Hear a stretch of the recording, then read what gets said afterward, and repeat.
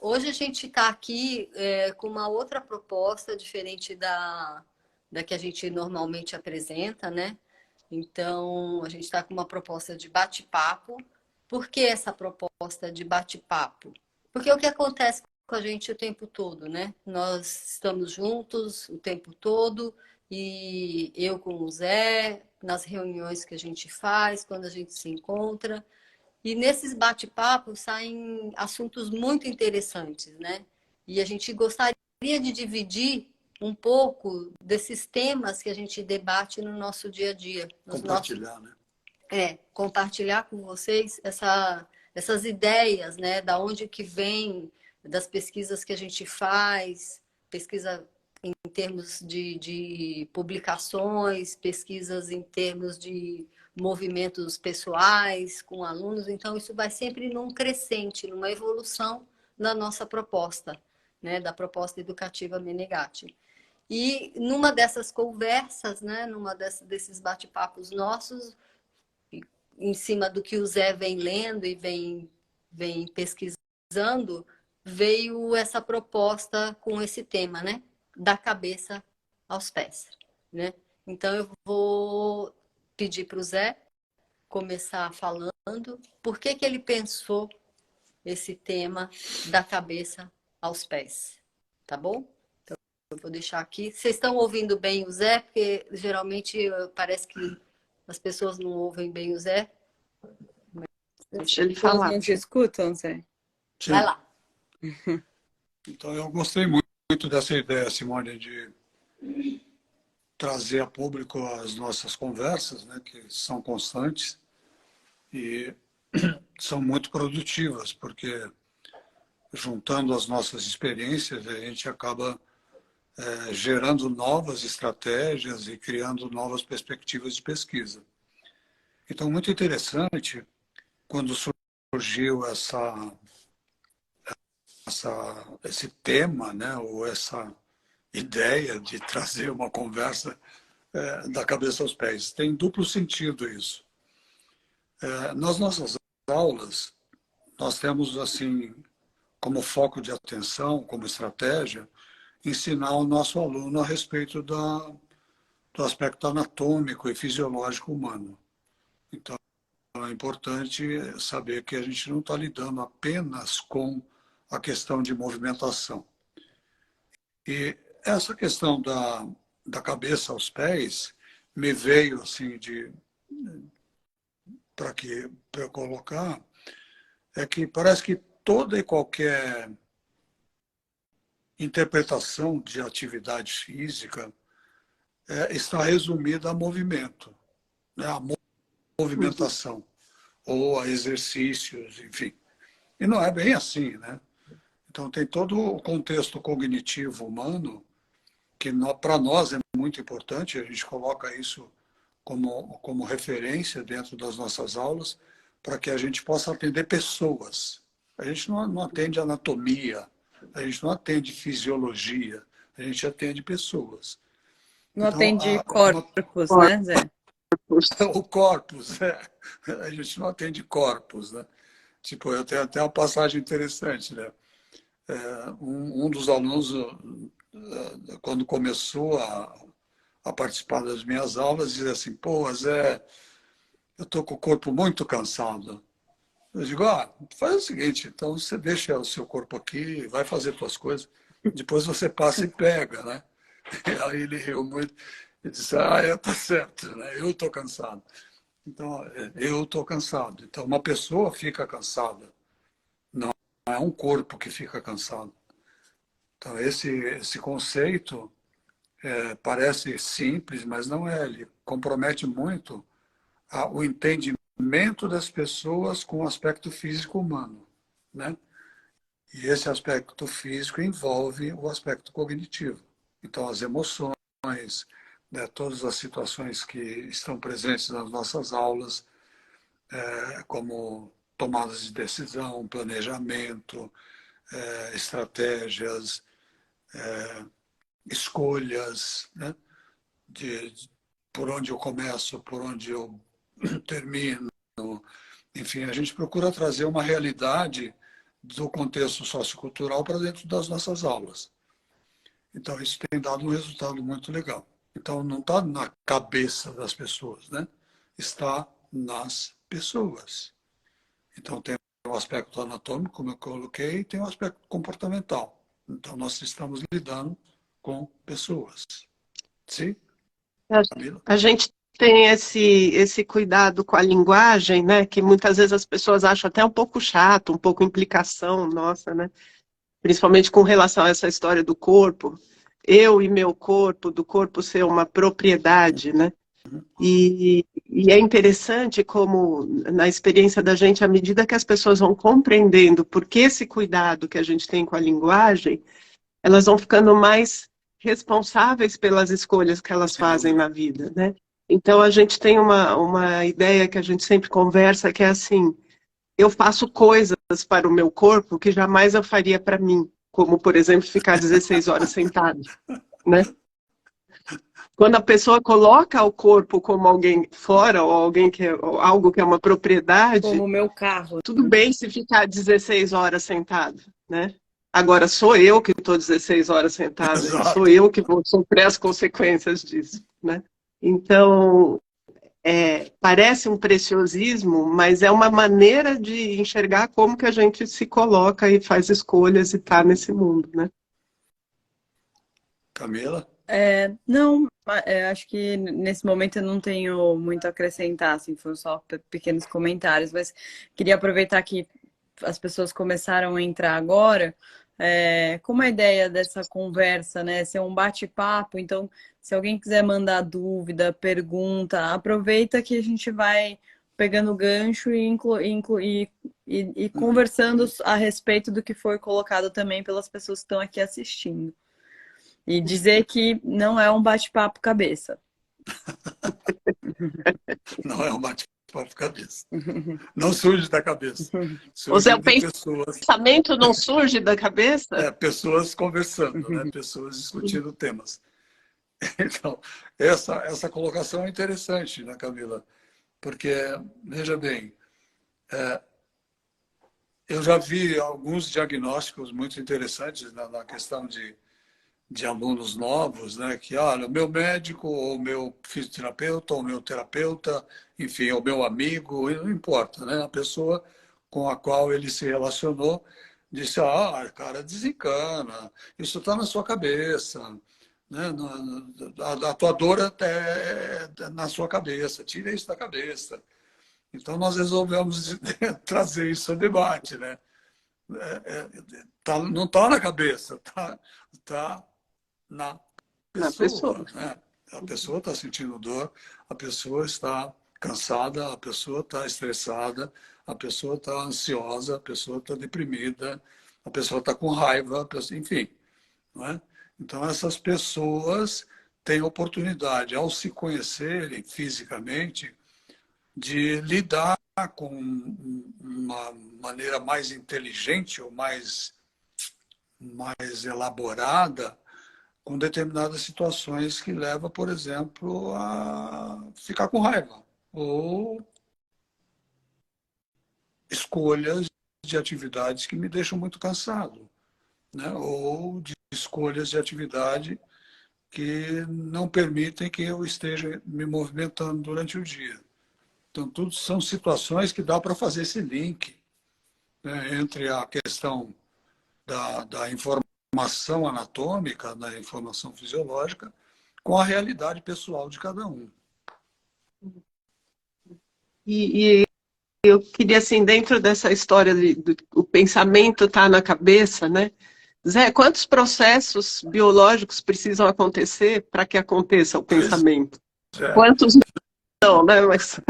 não dá para enumerar, né? Não é uma coisa quantitativa, né, desse Uhum, porte em que a gente pode mensurar os processos biológicos necessários para que uma pessoa consiga raciocinar. uhum, Vamos simplificar um pouco. Demanda em energia. Então, raciocínio demanda em energia. E energia não é uma palavra aqui metafórica ou abstrata, né? É energia de verdade, né? Física. Energia química.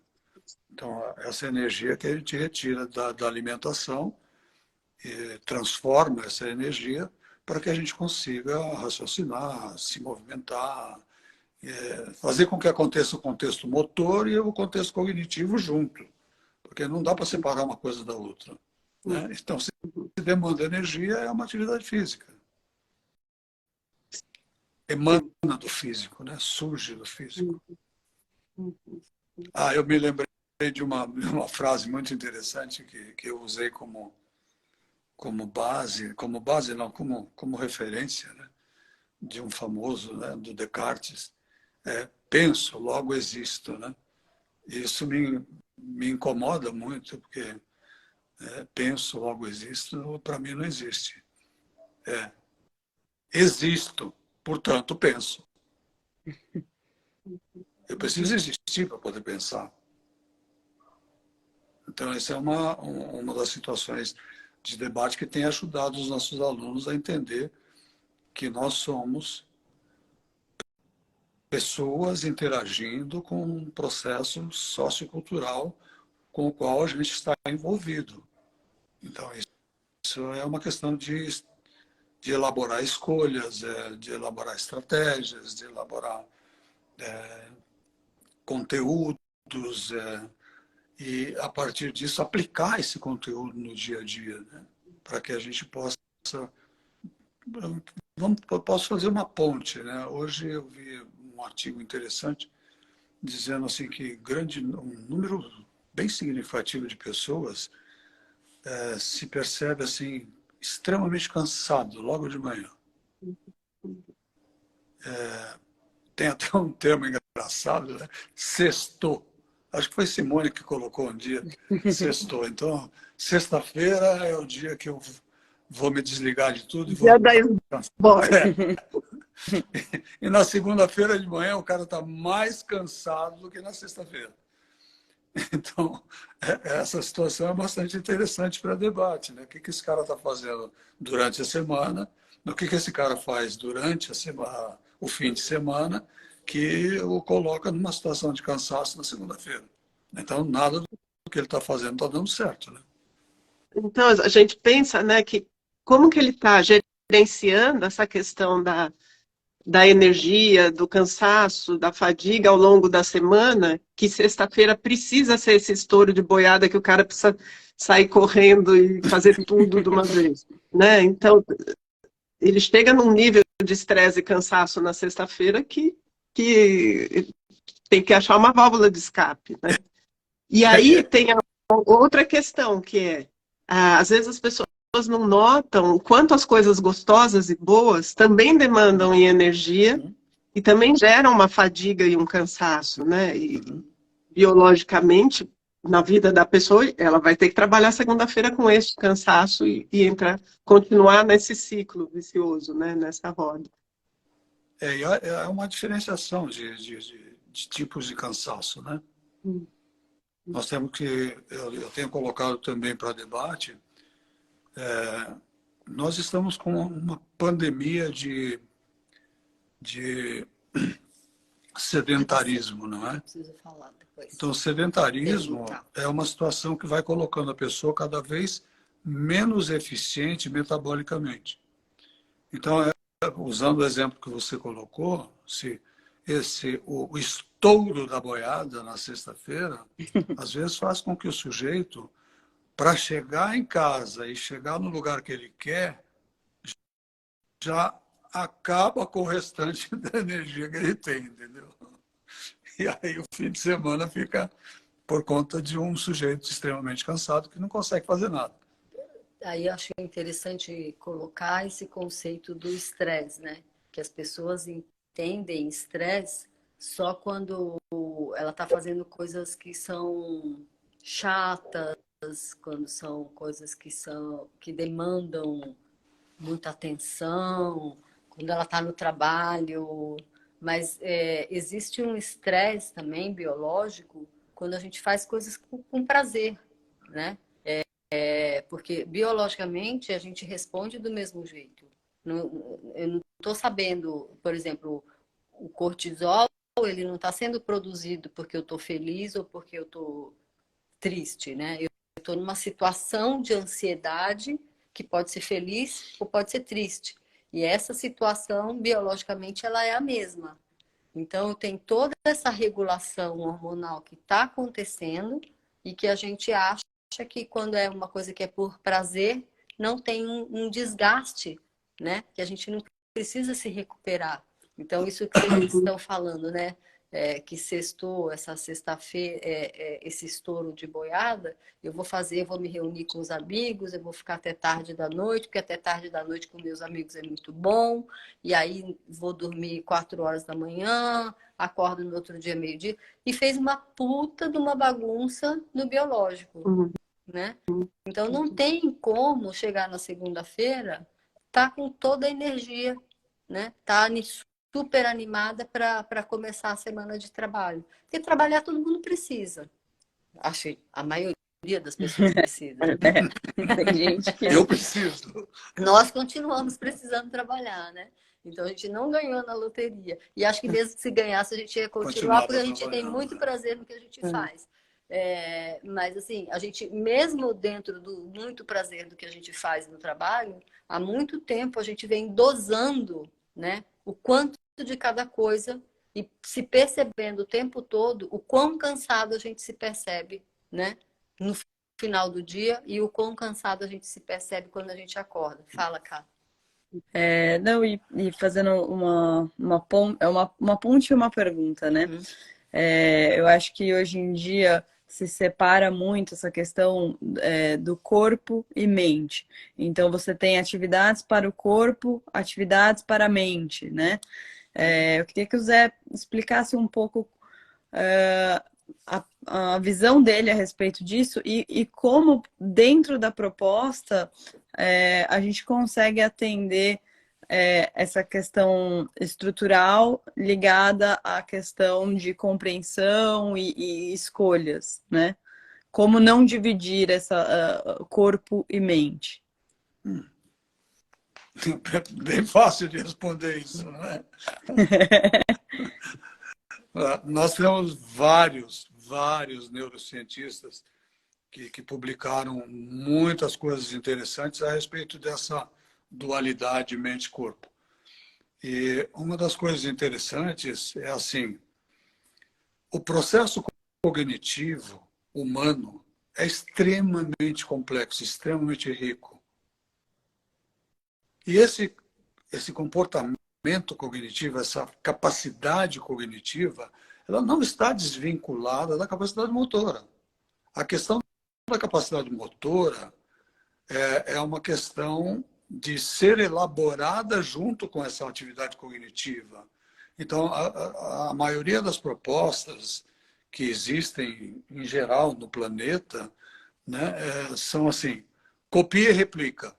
Então, nós temos assim, um monte de receitas prontas que colocam o exercício como, ou a atividade física, né, como uma possibilidade de preservação da saúde, do bem-estar. Isso é uma mentira que existe. Sabe? Exercício e atividade física não vai dar saúde para ninguém. Se nós não conseguirmos fazer com que a atividade física seja prazerosa e seja envolvente no aspecto cognitivo, ela não traz benefícios, porque ela reduz muito a atividade sensorial humana. E nós, enquanto atividade sensorial, a gente é extremamente sensível. Extremamente sensível. Nós somos sensíveis à luz, nós somos sensíveis a barulho, nós somos sensíveis a vibrações, a ondas eletromagnéticas. Então, dá para enumerar um monte de coisas, né? Então, em sendo muito sensível, nós podemos analisar, por exemplo, onde é que você vive, onde é que a pessoa vive. Então, uma pessoa que vive numa cidade grande, ela está exposta a essa poluição 24 horas por dia, durante toda a vida. E isso pode interferir na questão do cansaço diário? Sim, claro, porque essas pessoas, para lidar com toda essa poluição...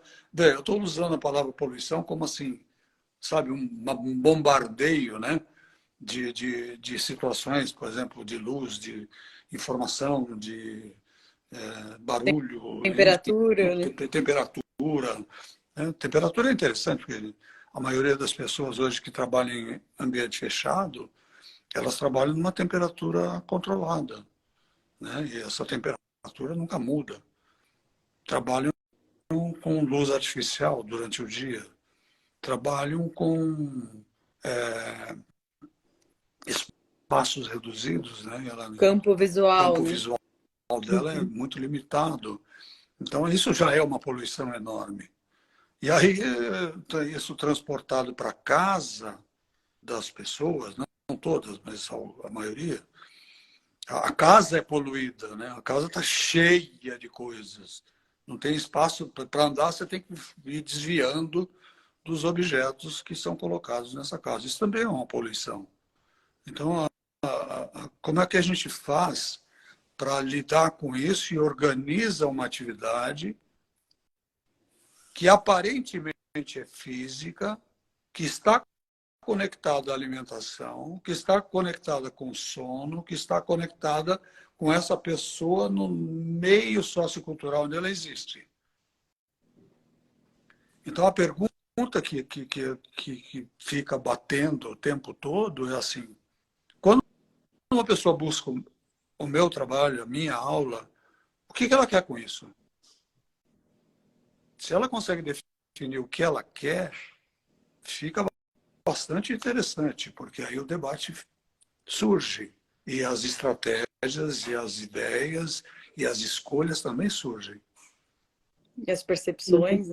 As percepções estão embutidas nisso, né? Como eu disse antes, o ser humano é extremamente sensível. Ele percebe tudo isso. Só que ele não se dá conta de que ele percebe. É tão poluente a situação que ele percebe, mas faz de conta que não percebe. Então, como é que eu faço isso dentro da minha aula para trazer essa sensibilidade, fazer com que essa sensibilidade aflore, para que ele passe a prestar atenção nessas situações que o estão minando, sabe? Porque daí, a Tornando partir daí, frágil. existe uma escolha, né? Sim. No momento em que ele consegue detectar isso, ele consegue dar valor. Valor no sentido lato, entendeu? Valor, isso é de mais, isso é de menos, isso é assim, assado. Ao que está acontecendo no dia a dia no qual ele está envolvido. Eu acho que aí é o grande salto, porque ele começa a selecionar. Algumas coisas são difíceis de selecionar, porém, há como minimizar. Então, é isso que a gente está estudando. Então, é isso que eu coloco para o meu aluno, para que ele traga o objetivo de estar procurando a minha aula. Porque, Zé, eu quero emagrecer. Bom, não é comigo, cara. Estética. Cara, não é comigo. Emagrecer e estética faz parte do contexto no qual você A pode se envolver. consequência. Né? Ele é resultante. Uhum. Então, nossos alunos estão muito bem. Né? Esteticamente, estão muito bem. Em coordenação, estão muito bem. Dentro da faixa de população, de idade, de população, eu acho que os nossos alunos estão muito bem. Né? Então, eles são coordenados, eles são fortes, eles são ágeis, dentro de, sabe, não é uma coisa de, assim, perfeição, não é? Performática. Mas eles fogem da média. Eles estão acima da média. Não posso dizer que também é assim, tá tudo bacana, 100%. Não, não tá. Porque isso é um processo de vida. Né? Isso vai acontecendo ao longo da vida. Não é uma coisa que em 6 meses de trabalho eu vou atingir o meu ápice olímpico. Não é nada disso. Né? A nossa ideia é que a pessoa se torne eficiente o tempo todo dentro das possibilidades que ela tem. E que ela minimize essa poluição toda para não abrir espaço para patologia. Então, eu acho que isso, Então, quando isso fica claro para o meu aluno, é que começa uma relação de pertinho entre eu e ele, eu e ela, né? Eu não gosto de ele e ela, eu gosto de falar de pessoas, porque é tanto masculino quanto feminino, né? Então é bem interessante quando essas pessoas visualizam que são eficientes, que podem se tornar eficientes. Nesse sentido que eu estou colocando, tá? ô Zé, então, assim, da maneira como você está colocando isso, é muito ingênuo aquela pessoa que continua com a vida exatamente como está, cheia de estresse, cheia de poluição, e acha que vai procurando saúde, treinar 2 horas por semana, fazer uma aula específica, e essa aula vai gerar Sem saúde, né? dúvida. Sendo que todo o resto do dia, do cotidiano dela, continua com essa demanda de estresse ruim, né? Uhum. Muito grande. Então, essa Você falou, virada, né, que é a hora que a pessoa entende, que é essa todo dia, o chavezinha, dia sabe? todo. Hum, Esse é o momento. Você falou de estresse. Estresse, como a Carla colocou antes, estresse é um conceito muito ambíguo, sabe? Tem um De forma conceito geral, de cultural e um forma geral. conceito O biológico. cara que mais estudou e publicou isso, o Rancelier, ele coloca um modelo que dá para entender assim de um jeito bem bacana essa questão dos estados estressantes, né? Então, primeiro, para entender o modelo do Cellier, é importante entender o que é estresse.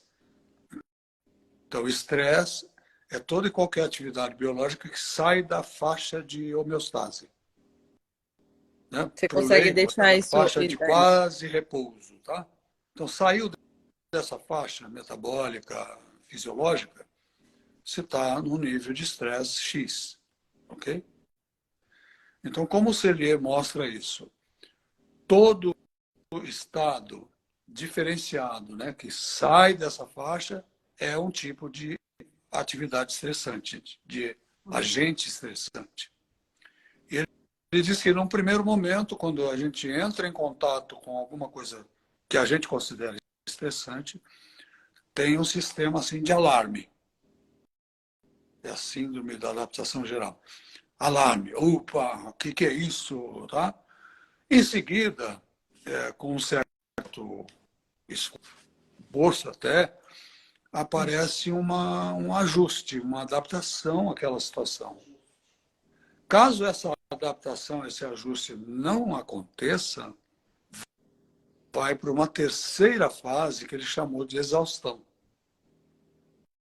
Então, apareceu de novo, apareceu a situação estressante. Uau! O que eu faço com isso? Ah, não consegui me ajustar. Se eu ficar naquilo ali, naquela situação, martelando aquilo o tempo todo, eu vou entrar em exaustão. Então, comparando, Simone, com o que a gente falou antes, o que está acontecendo com esse cansaço dos pés à cabeça é que as pessoas entraram nesse processo de exaustão. Elas não se recuperam. E não só do ponto de vista de atividade física, né? Então, a atividade física ela é um dos agentes estressantes que, para ser manipulado no bom sentido, né? Dosado, manipulado, a palavra que a pessoa entender, é preciso que a pessoa esteja energeticamente bem. Então, ela precisa estar bem alimentada, ela precisa ter um sono reparador, né? Então, ela tem, em princípio, que estar disponível para a atividade física. E nem sempre as pessoas estão. Isso que me chama muito a atenção. E acho que o Cellier tem razão, porque até agora ninguém contestou a ideia dele, desse modelo da exaustão. E essa exaustão não está na cabeça de ninguém. Está nas pessoas, entendeu? E daí As pessoas estão cansadas. a gente tem essa brincadeira do pé no chão, né? Porque todas essas escolhas, elas são escolhas muito básicas, né? Para um organismo vivo continuar vivo, né? Alimentação, nível de estresse, hidratação, descanso, tudo isso são escolhas. Brinco com as minhas alunas que eu me sinto uma avó, porque eu fico falando para as pessoas irem ao banheiro a hora que elas estão com vontade de fazer xixi, tomar água quando elas estão com sede, comer. Né? É uma coisa bastante básica, né? E daí tem essa brincadeira do pé no chão, né? Essa questão do pé no chão, né, que permitiria que uma cabeça pensasse melhor. Então, essa questão de nós buscarmos essa integração, essa interdependência do ser humano com o contexto sociocultural onde ele existe, é que faz com que a gente, às vezes, seja até mal compreendido, entendeu? Como você disse, parece a avó, né? Não que a avó saiba tanta coisa. A voz e a voz. A minha, por exemplo, não sabia muita coisa. Acho que é legal se o pessoal tiver alguma dúvida. Acho que está mais ou menos no momento de enviar essa dúvida. Então, só concluindo, Pode falar, né? pode falar. Vamos lembrar que essa brincadeira da cabeça aos pés é para mostrar que o aspecto cognitivo humano, ele não é um departamento, sabe, diferenciado, separado do físico. Mais nobre. Mais nobre ou menos nobre, né? Explica o cognitivo para as pessoas. Oi? Explicar o cognitivo para as pessoas. Carla diz, explica cognitivo, né? Então, o que é cognitivo? Tudo que implica em raciocínio é cognitivo. Emoção é cognitivo, né? As tomadas de decisão surgem da maneira como eu raciocino, então ela é cognitiva. A escolha de estratégias, quer seja no seu trabalho, quer seja dentro da atividade que a gente propõe, ela vem do cognitivo. Então, eu resolvo as coisas através do contexto motor, mas se não houver um envolvimento cognitivo, esse processo motor é pobre, sabe? Vira exercício. Uhum. Me perdoem as pessoas que trabalham com exercício. Mas exercício não precisa de cognitivo. Nenhum. Nada. É extremamente repetitivo, sabe? Dentro da complexidade humana é ingênuo. Acho que seria interessante você diferenciar um pouquinho o que é o exercício e o que é quando a movimentação, quando envolve essa sensorialidade toda que você falou. Eu não sei se é claro para todo mundo o que é sensorialidade. Nós sabe? temos a oportunidade de colocar isso, nós temos bastante. As nossas publicações, os nossos vídeos mostram como acontecem as nossas aulas. Né? Uhum.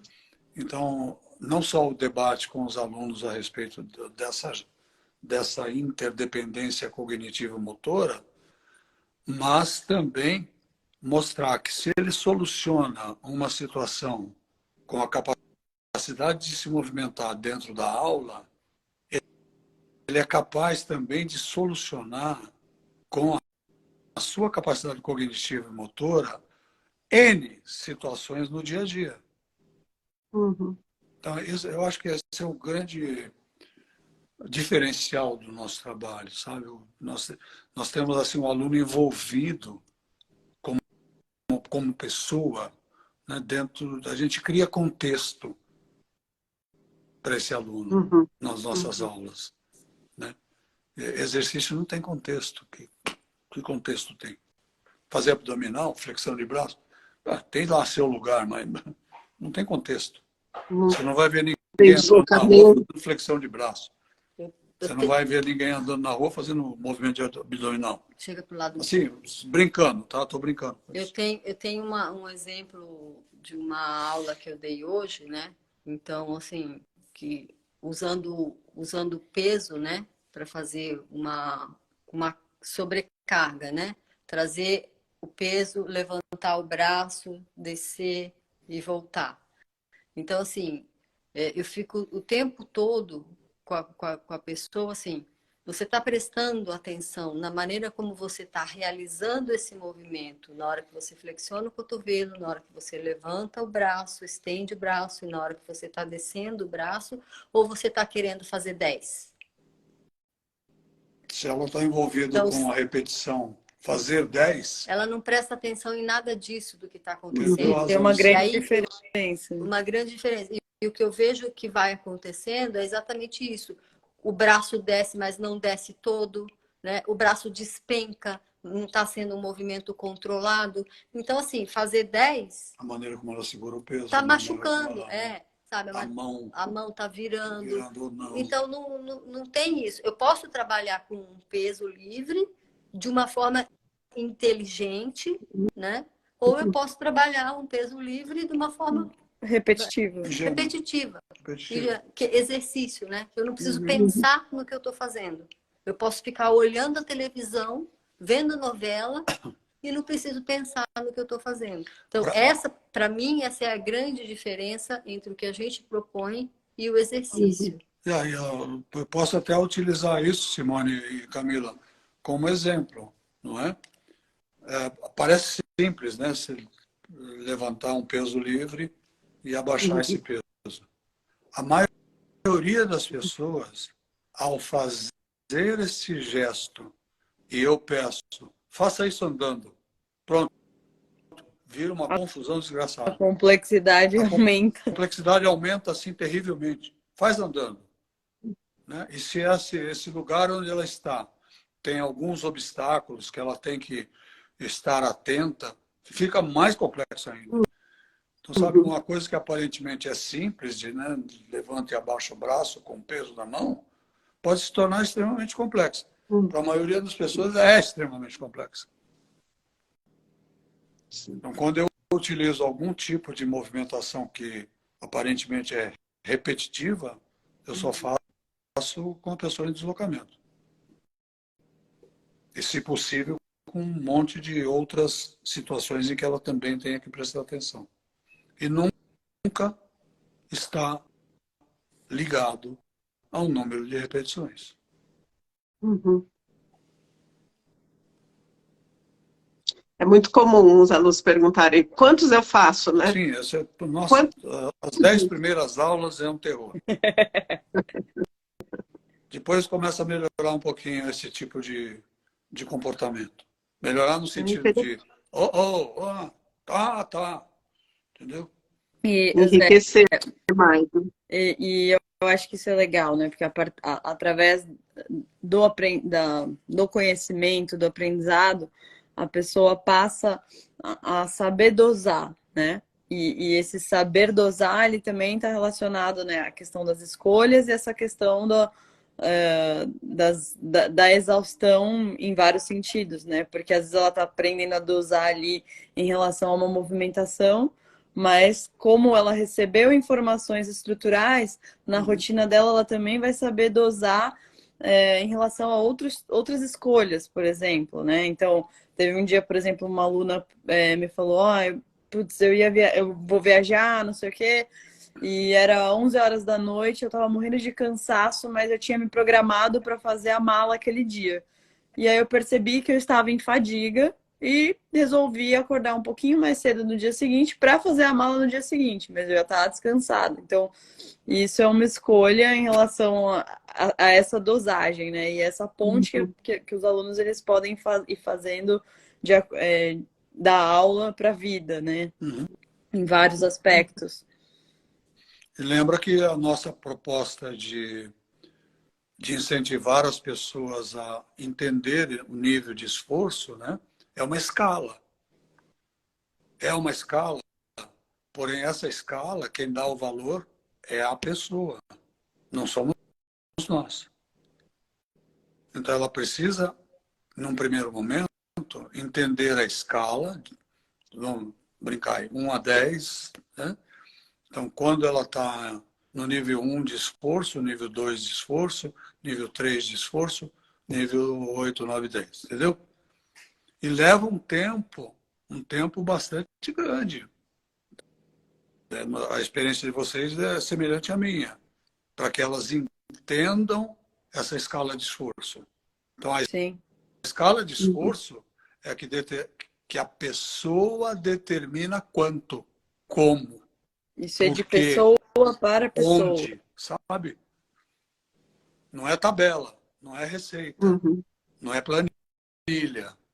É uma relação da pessoa Com uma com aquela escala referência. de valores. Não é? Isso serve para ela,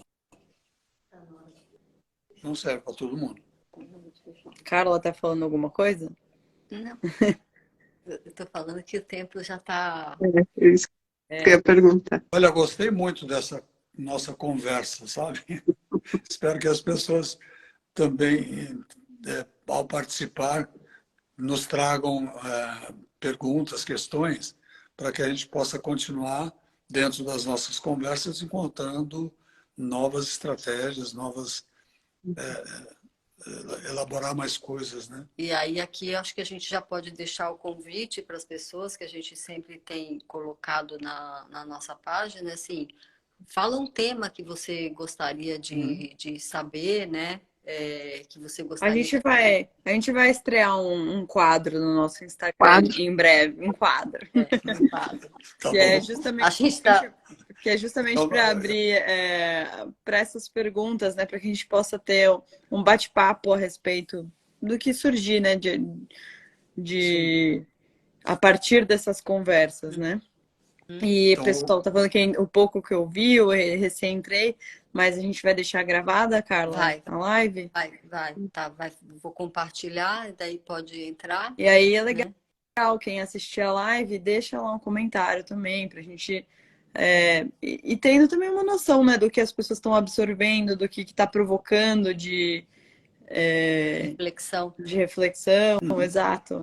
Essa troca ela é muito importante até para a gente entender a direção que a gente pode trazer as nossas informações. Uhum. e para nós ficar essa coisa assim, olha, a emoção não está na cabeça, entendeu?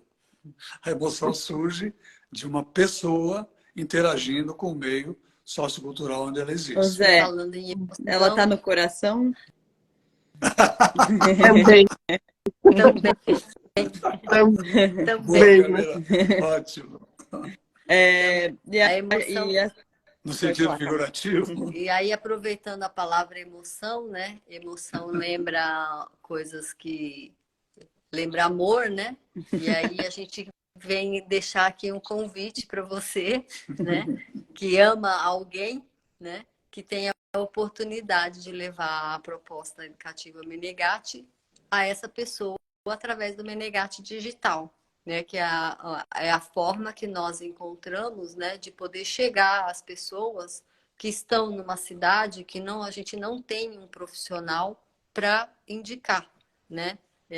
A gente está numa busca constante de profissionais que queiram compartilhar dessa nossa forma de ver, né? Da pessoa, né? E enquanto a gente não tem um profissional em cada cidade do Brasil, a gente está indo com o Menegate Digital para perto de você. Tentar alcançar. Eu acho que o Menegate Digital ele veio justamente assim, para facilitar várias questões, né? Eu acho que esse acesso direto com o Zé, né? Não é todo mundo que teria dentro do Menegate Digital, a gente, não só com o Zé, né? Mas com esses profissionais maravilhosos que estou falando aqui, gente, que é a Simone e a Carla também. Porque dentro do Menegate Digital tem as lives.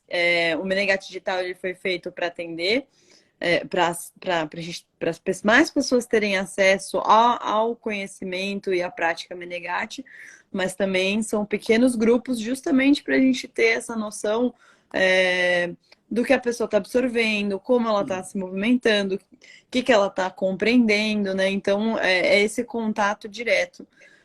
E tem muita informação bacana e propostas de percepções e de movimentações para que a pessoa possa justamente compreender melhor tudo isso que a gente fala nas lives, ou no caso agora, né, no bate-papo, e conseguir, de fato, fazer melhores escolhas para a vida, né? E que essas escolhas possam ser feitas de uma maneira leve, através do conhecimento, não através de Meta, uma cobrança. de uma cobrança de tirar 10, né? Como eu sou um sujeito assim muito pretensioso, eu tenho uma expectativa enorme de que as pessoas que entram em contato com a gente entendam que o nosso trabalho não é uma copia-replica, não é uma cópia e réplica.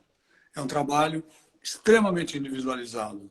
É um trabalho assim de uma profundidade que só o relacionamento entre pessoas pode fazer com que a gente alcance. E, Não é aulinha de ginástica. e eu acho que assim, o que a gente quer colocar no Menegate Digital, né, para as pessoas que estão minimizar essa distância, é exatamente que essas lives a gente fica olhando para cada uma dessas pessoas, né? Por isso que a gente não pode fazer grupos grandes, porque a gente quer ver cada uma dessas pessoas De pertinho, né? E atendê-las dentro do máximo que a gente pode através dessa ferramenta que é o online, né? Que a internet nos permite. Né? Viva a tecnologia. E aí fica um convite, né, para você que tem alguém que você ama, um amigo querido, uma pessoa que convive, né? E você pode estar oferecendo, se você já conhece o Menegatti, se você já teve essa experiência, você pode estar oferecendo isso, ou você mesmo, se você quiser, já teve essa experiência, está tendo essa experiência e quiser ter esses momentos de informação e rever tudo aquilo que você fez numa aula também é uma oportunidade. E até para o profissional, né? Sim. Que está querendo conhecer Menegatti e ainda não está na dúvida. Sim. Ok. Acho que cabe a gente colocar que também atingir o profissional é uma de nossas metas, porque os profissionais que estudam com a gente, que fazem parte dos grupos de estudo, estão sobrecarregados. Então a gente não tem para quem Não, indicar. sobrecarregado não, Zé, porque isso vai Não, contra... sobrecarregado não. A gente sabe lidar Agenda com... cheia.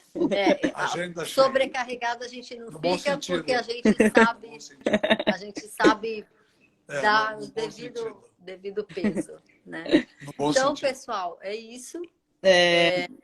Não, Carla, acho que é só para explicar, né? O Menegatti, falando do Menegatti Digital, e se der tempo, ainda tem uma perguntinha aqui que surgiu da Ana. Mas em relação ao Menegatti Digital, né? A gente abriu, então as inscrições estão abertas. Tá, todas as informações estão lá no Menegatti Digital. Tem dúvida, pode mandar mensagem, tá? A gente vai respondendo. E essa turma, a turma 2, ela vai ter início dia 21 de junho. E a pessoa que acessa, que se inscreve no Menegatti Digital, ela tem acesso a todas essas informações durante o período de um ano, né? Então, o Menegatti Digital são essas mais de 40 aulas. São aulas que, inclusive, conforme as lives, então são 5 lives quinzenais, onde a gente vai trazendo temas, esclarecendo dúvidas. Conforme essa interação do grupo, a gente também adiciona mais vídeos de acordo, né, com o que for surgindo, né, dessa interação com o grupo. E aí, além disso, também tem um documentário sobre saúde, onde, na verdade, pouco... exatamente, saúde e estilo de vida. É um pouco do estilo de vida do Zé e da Carla, para a pessoa compreender de fato como tudo isso está dentro do dia a dia, né? Então, como o dia a dia ele está interferindo o tempo todo na saúde e na qualidade de vida, né? Então, acho que, resumidamente, o Menegatti Digital é isso.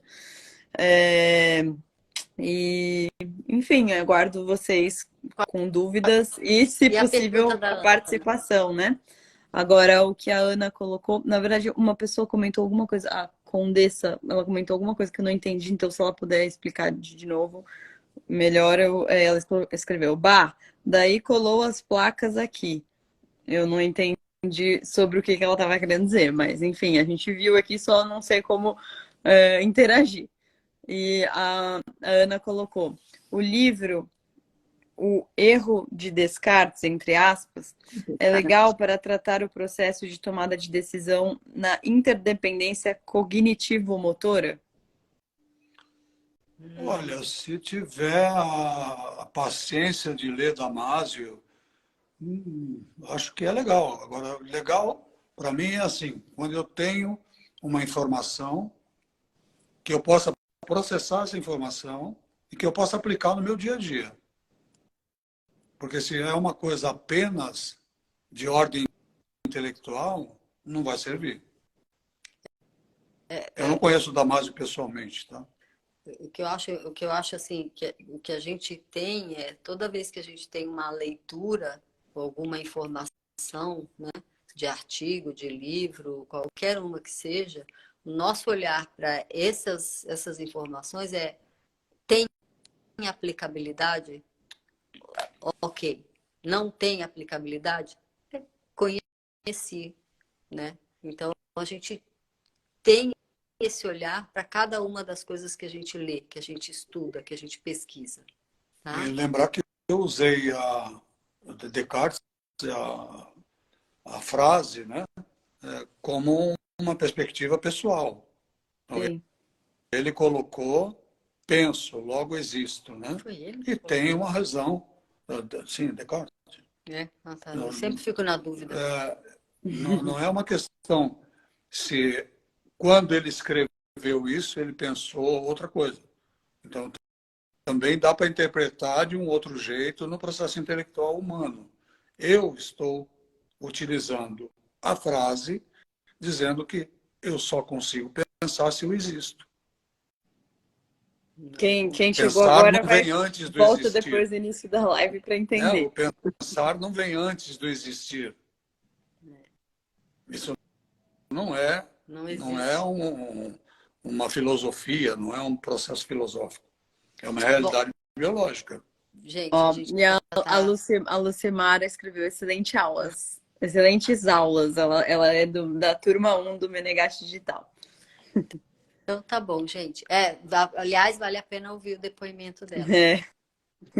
Obrigada, Lucimara.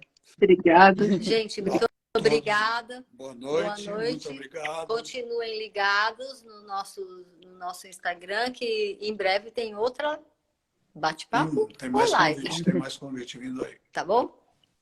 Beijo. Tchau, gente. Tchau. Boa noite. Boa noite. Tchau, tchau. Beijo.